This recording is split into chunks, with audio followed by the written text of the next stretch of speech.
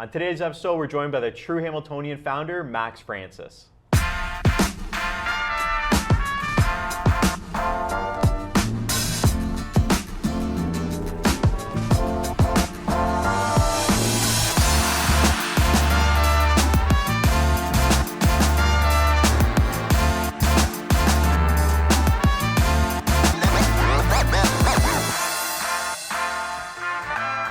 Welcome back, guys, to this week's episode. We are super excited about it. As always, if you guys like the content we're producing, be sure to like, comment, and subscribe as it helps us along the journey. But I am so excited for this week's episode. We have actually a longtime friend of mine as well, the founder of True Hamiltonian, Max Francis. Thank you so much for joining us, Max. I'm excited to be here. Thanks for having me. So we wanted to have this interview for a while. We were thinking, let's branch out from real estate. What should somebody we branch out to be? And I thought, who is like almost an embodiment of Hamilton is Max, right? I mean, we're all wearing your Hamilton is home swag. Woo! So TrueHamiltonian.ca. That's it. Nice plug. So the one thing I think a lot of people don't know about you, Max, is that you're not originally from Hamilton. I am Do you want not. to tell us a little bit about that? Okay, so I'm originally from Fort Lauderdale, Florida. I have been in Hamilton for 25 years now, and I basically fell in love with this community. It's where I feel most at home. Yeah. That's amazing. Yeah. What is it that you love most about Hamilton? I have this story that I always tell. I remember growing up that whenever you met people in Florida, it's like they always wanted something. You had to figure out what they wanted. And when I got to Hamilton, I met people and they just genuinely either loved you or they hated you, and they would let you know where you stand right off the bat. And I like knowing where I stand, so that's the thing I fell in love with, is just genuineness of the people. Genuine. Yeah, I like the way you put it. That's a great Yeah. way to put it. Yeah. Yeah. But obviously, everybody knows you, True Hamiltonian. Yes. You have that business. When did you decide to start that business in Hamilton? Funny story, I did not want to start a business at all. I was working for a engineering firm, and I'd been there I ended up being there for 13 years, but I'd been there for a while, and I was acting on the side. I had gotten discovered by this agency, so I was going to all these auditions in Toronto. And every time I'd go to Toronto, they'd ask me, where are you from? And I'd say Hamilton. And they'd be like, ugh, why would you live there? And I would have to defend Hamilton every single time. So I remember telling my girl at the time, I'm gonna get a shirt that says, I love Hamilton, and wear it every single time I go to Toronto, just to piss them off. I love it. I remember, same thing. I used to go in Toronto, like me and my friends go to a club or something, and you'd be talking to somebody. The minute you say it's from Hamilton, it's like, oh, from Hamilton. It's like you had the plague or something. Oh yeah, right? oh yeah. You had COVID. Before COVID. Yeah. So, how did the True Hamiltonian come from that? Okay, so I made a shirt that said, I heart Hamilton. And a buddy of mine at the time, he's like, dude, come on, that's a ripoff of I Heart New York. I'm like, yeah, so? He's like, you're a smart dude, come up with your own stuff. Don't rip off somebody else's. And I was like, wow, you're right. So I sat down and I came up with like 8 different slogans, and I turned them all into t-shirts. And I would just wear them on different days. And every single time I wore the one that said Hamilton is home, people would stop me. Where can I get that shirt? Where can I get that shirt? Really? So it like literally embodied what people were feeling about the community. At first, I didn't even think about selling it. So what I started doing was I would make like a batch of shirts and just give them out to my friends and their friends. And then after a while, I'm like, frick, I can't afford to keep giving these shirts away. It's costing me a lot of money. So then I started selling them for $20 each, and that took off. And then I did one of those street festivals, and I think I made 100 shirts, and we sold them all by like noon. I was like, okay, we got something going on here. Yeah. So, yeah. So I know you also host local sport events. So how did it kind of roll into that for you? For the Tie Cats, we partnered to do a co-branded clothing, and the first time we were launching it, it was one of my spring launches. I would have spring launches every year to like introduce all the new clothing, and it was at the Art Gallery of Hamilton, and all the Tie Cats were there, the management, and I emceed the event myself because I couldn't afford to hire anyone. And they saw me emceeing the event, and they thought I was great, and they the very next day, they called me into the office and they were like, "Hey, we want to hire you to do our games." Oh, And I was like, "You want to hire me to do what?" So I don't think I've ever seen anybody in that role before. I didn't even realize it was a thing. Okay, great. so They did. funny story. So they used to use interns to do it, but no intern lasted more than a year. They used to get yelled at, swore at. They had beer thrown at them. It was the job that No literally respect. no one wanted to That's do. the honest Hamiltonians you love. Oh, eh? yeah. Those- Yeah, but they loved The me beer not. throwers, Like yeah. we They do, never yeah. got I love any it. of that ever. Like not one. Yeah. Yeah. So yeah, it's been great. Yeah. I love it. And Yeah. now you are with the Honey Badgers, right? I did the Honey Badgers last year. I'm not with them this year, and the reason I'm not with them, and today's the first official day, is because I'm actually running for Hamilton City Council in Ward 4. Here we go. So That's amazing. that's going to take up all of my free time. There you I can go. imagine. That's so exciting. And then Max also told us that we're the first interview since Yes. you registered. You did the paperwork today? You heard it here first. I literally just did the paperwork at 11 a.m. Perfect. Wow. Yeah. See, that's it. We're quick on Yeah. that show. You know, so obviously, you love Ward 4. Yeah. But what was your favorite part of Hamilton? What's always been your favorite part of Hamilton if you had to pick? You mean as far as an area? Yeah, like just Let's say not Ward 4. No. obviously Ward 4. No. I don't have a favorite part of Hamilton. I feel like Hamilton has something for everybody. There's so much happening all over the place, from the stadium and where it is to like the waterfront and the beer fest and all the stuff that happens down there, to Confederation Park. Oh my God, I have amazing memories.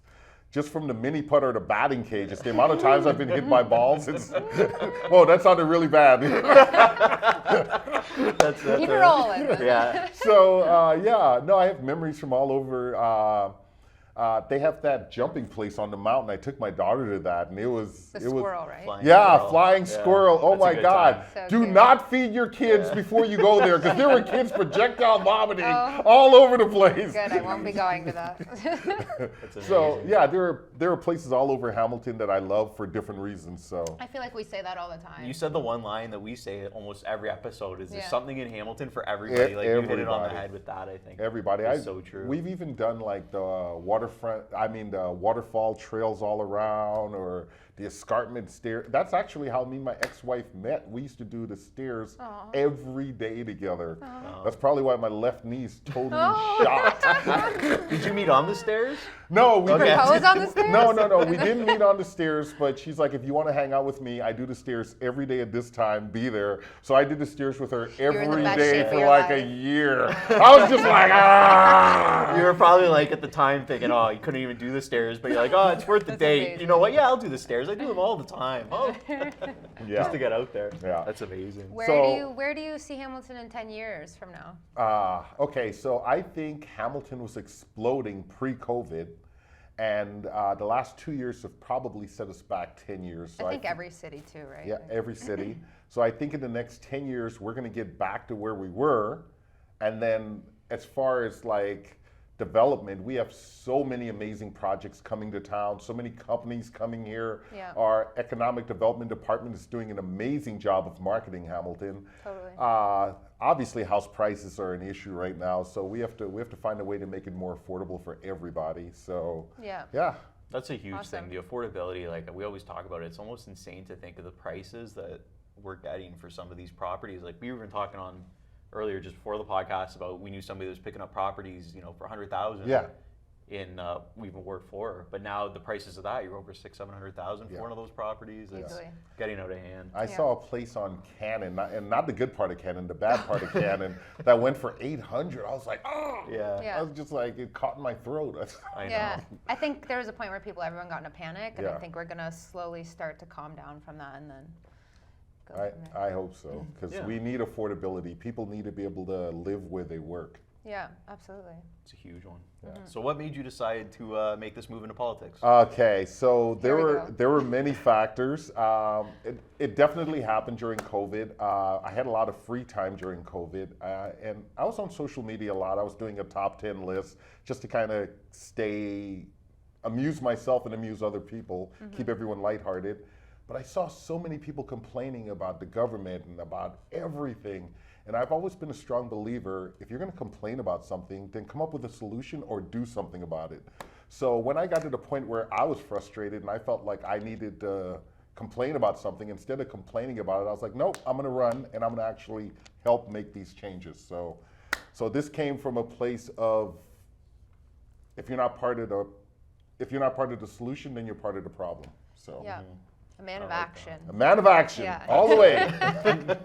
So then, what do you love most about your ward? We gotta talk about that. Okay, so little known fact, I lived in Ward 4 for years with a roommate named Joe Nero, and at the time we both worked in bars, and we probably had some of the best times of our lives in Ward 4. So I know people are going to ask this a lot. Where is Ward 4? Okay, Ward 4 is from Ottawa Street to the Red Hill Valley and from the Bay to the edge of the escarpment. And then later on, I used to go to the So Hungry Food Truck Festival, and almost 10 years ago, I was at that festival with my daughter, and I found this little empty storefront, and the lady who used to rent it, she died, and she was a little bit of a hoarder. So this place was just full of junk and dead rats, and like, we found a dead cat in there. It was like, it was horrible. So I rented this place, and I spent 2 months cleaning it out and painting it and renovating it. And that was the home of our very first location. So Ward 4 has a lot of fond memories for me. I remember that location. Yeah. I got this shirt from that location. Yeah. Ryan used to work there. I think Yes, he was he working did. when I went to Yes. Ottawa Street. I love it. Little known fact about that location, it was haunted. It was.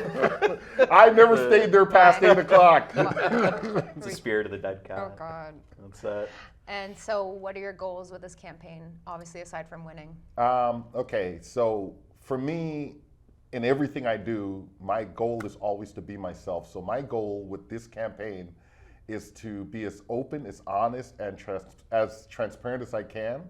And I actually love talking to people. I love engaging with people. So I'm really looking forward to knocking on doors, getting out there, meeting all the people in Ward 4, and just finding out what the issues are. I hate when politicians tell you what you need or what they're going to do.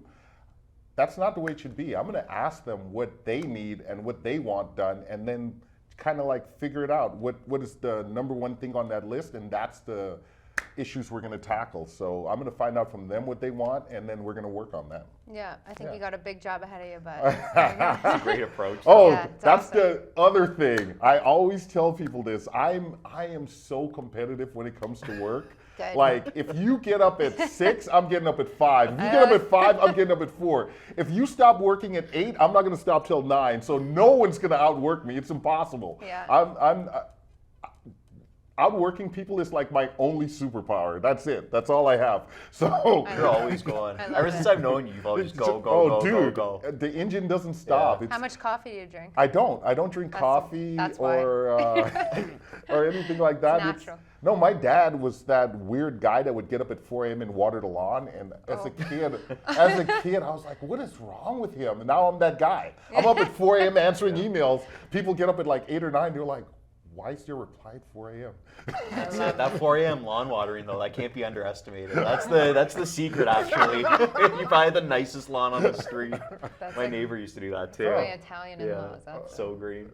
So I inherited that get up early gene, and I'm a morning person, man. Like, first thing in the morning, you know how some people, they start at like 60 and they slowly work their way up to 100 by noon? Yeah. I start at 100. Just And then as the hammered. day goes on, I kind of like fade a little, but like I start out, and my daughter hates it because she's not a morning person. So I've learned that I have to like slowly like rub her back and like bring her into going. my morning world. Because in the old days, I used to just turn the lights on and she's like, God!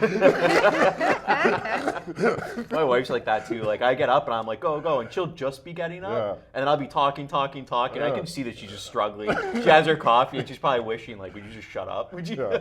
And it's not something you can learn to be. You just Yeah. are. You You're just not- are. are. You don't. I Like feel some like I'm people like that stay up too. all night, right? Yeah. It's just whatever type of person you are. Yeah. Yeah. So there's certain things on your platform that you're running on that you're like, hoping to Okay, hit. so I have an amazing campaign manager. I have an amazing team. We're waiting to roll out our campaign platform, and I'm going to be completely honest with you guys. Here's why. When you roll out your campaign platform early, every political pundit or person on social media, they start picking it apart. So I'm going to just roll it out slowly and deliberately so that as it comes out and there are issues with it or whatever, we can address those as it happens. If I just spewed Smart. it out right now, there would be like 20 people like, oh, he's an idiot, blah, blah, blah, blah, blah. That's just social media, my God. Yeah.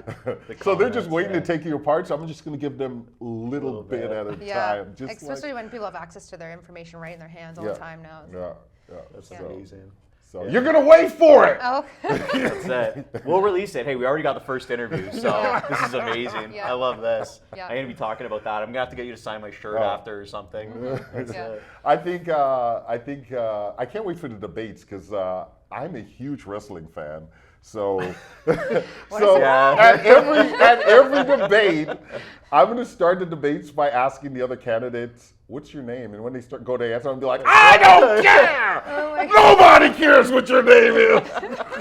I love it. For people that don't know, I actually wrestled pre-COVID. I used to wrestle at Hamilton Pro Wrestling, which I think in the future we might actually do an episode down there. yeah. We're gonna put You her. have- He's gonna convince me, We're gonna put her in some elbow absolutely pads and a should. helmet. Okay, Get her bouncing around. So here's the thing. I love being the grassroots guy, like talking to people on the street, like people that come in the store. You'd be shocked how many people are fans of the grassroots wrestling know. movement. They love it. Like, I was just talking to a guy today. He's like, "Oh, me and my girlfriend were in Toronto last weekend and we missed the event in the Hamilton. I was so upset about it." Like, it's a good time. Like, it's just everyone's there having a great time and they're so into it. And The energy's amazing. Oh, I remember yeah. when I first started, I thought, okay, at first I didn't want to really tell people Yeah. because I thought, oh, they're going to think I'm weird. Yeah. But then I started telling people and everybody's reaction was like, that's Yeah. really cool. Yeah. When can I come? Can I come to an event? Yeah. And then you're right, it's a fun time. Another little known story, I hosted a Ticats game, finished hosting, I think in the third quarter, and I ran over to see one of Justin's matches Did you because I really? didn't want to miss it. I love that. See? Friendship right there. Yeah. No, I love it. So, yeah. Anyways, I think that's all the it. questions we got. Unless, Brandy, you got anything else there? I think that's good. You're good? All right. Just me yelling in the Yeah. camera Yeah, I for know. 15 minutes. Hey, you know what? There's nothing wrong with that. Max, thank you so much for joining us. Yeah, it means a thank lot you. that you came on this podcast. Thanks. And we're so happy to have We you. wish you all the best in your campaign. Thank First you. interview. And as I- always, Oh, wait. I got one last thing to say, and Okay. I've said this in every little clip I've ever done. I get hungry a lot, so make sure you have snacks when I come to your house. Oh, you guys are made for each other. we should have brought snacks. Yeah. That's it. But next time we'll We were get talking it. about beer, That's but it wasn't appropriate. Yeah. But you know what? Guys, thank you so much for tuning in. Your support means the world to us, so thanks for watching week in and week out. Be sure to like, comment, subscribe. It always helps us out. It helps other people find us as well. Ding that little bell on YouTube so you get notified of the new episodes. If you ever want to reach out to us, you can contact us below. We're going to link up Max's social media as well if you want to reach out to him. But once again, thanks for joining us, and we'll talk to you again next week. See you later.